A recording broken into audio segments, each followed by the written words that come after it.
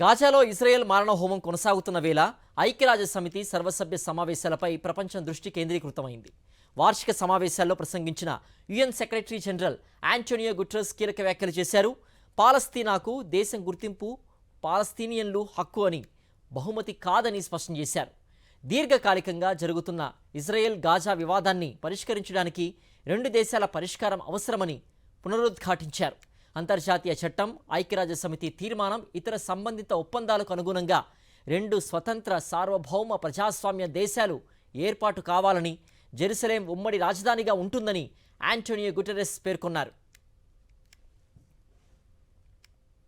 Britain, Australia, Canada, Portugal బాటలో France కీలక నిర్ణయం తీసుకుంది. పాలస్తీనా దేశాన్ని అధికారికంగా గుర్తిస్తూ ఐక్యరాజ్యసమితి సర్వసభ్య సమావేశాల్లో ప్రకటన చేశారు ఫ్రాన్స్ అధ్యక్షుడు ఇమాన్యుయల్ మాక్రాన్.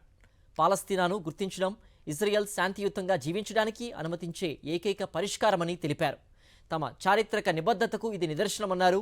ఇజ్రాయెల్ పాలస్తీనా మధ్య శాంతికి కట్టుబడి ఉన్నామన్న మాక్రాన్, ఇజ్రాయెల్కు ఫ్రాన్స్ మద్దతు అలాగే ఉంటుందని స్పష్టం చేశారు.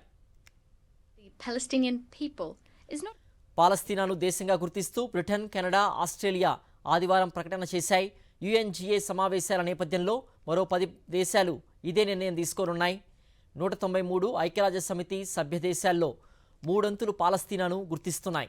న్యూయార్క్లో జరుగుతున్న ఐక్యరాజ్యసమితి 80వ వార్షిక సర్వప్రతినిధుల సభ సమావేశంలో 150కు పైగా దేశాలు అధినేతలు పాల్గొంటున్నారు. యుద్ధాలతో పాటు పర్యావరణం, టెక్నాలజీ, ఐక్యరాజ్యసమితి సంస్కరణలు తదితర అంశాలపై ప్రపంచ నేతలు చర్చించనున్నారు. ఈ సమావేశానికి భారత్ తరఫున విదేశాంగ మంత్రి ఎస్ జయశంకర్ హాజరవుతున్నారు.